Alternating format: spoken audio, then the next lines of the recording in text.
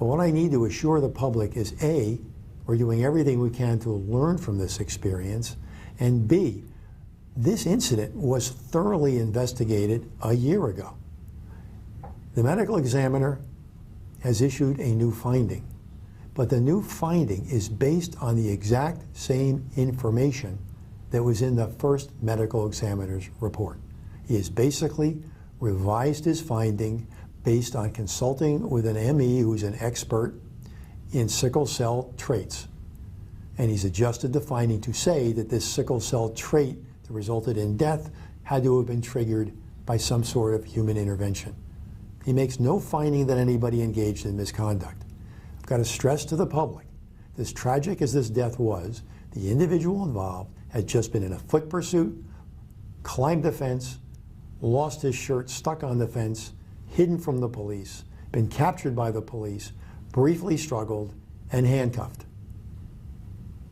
There certainly was a lot of human intervention. There is nothing in the medical examiner's report to indicate that there was any kind of excessive force used.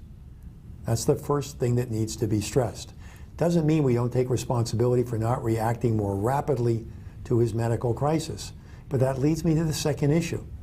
And the second issue is there seems to be in some quarters a sense that the police department somehow withheld this tape for some negative purpose. Here are the facts, and they're critically important. The existence of the video was known the night of this incident.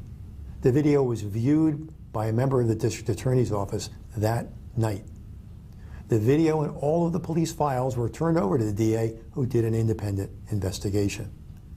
The film was shown to the family and their lawyers almost a year ago. Now, this remained part of a case file for several months. In May of this year, the newspaper filed an open records request wanting the video.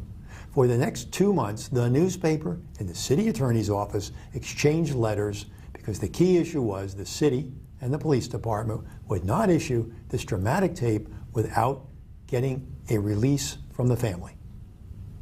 The release from the family was presented on September 14th of this year, and they had the video in their hands by September 17th.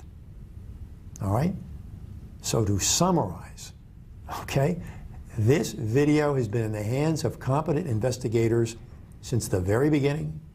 It was previously viewed by the family and was given to the newspaper within 3 days of the family giving permission for us to give it to the family.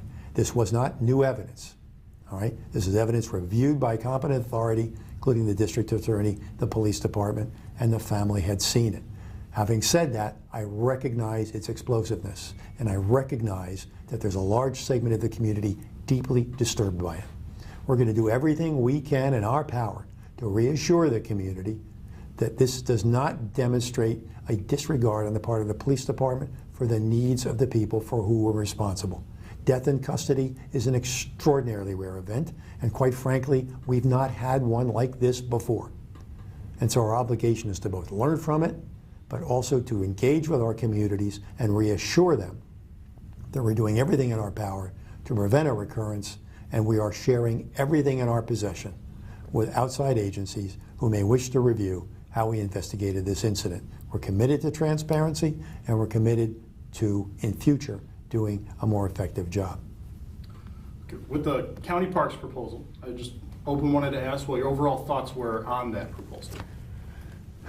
Well, it's no mystery that governments from coast to coast, city, county, state, federal government, are under financial duress as a result of the ongoing financial crisis.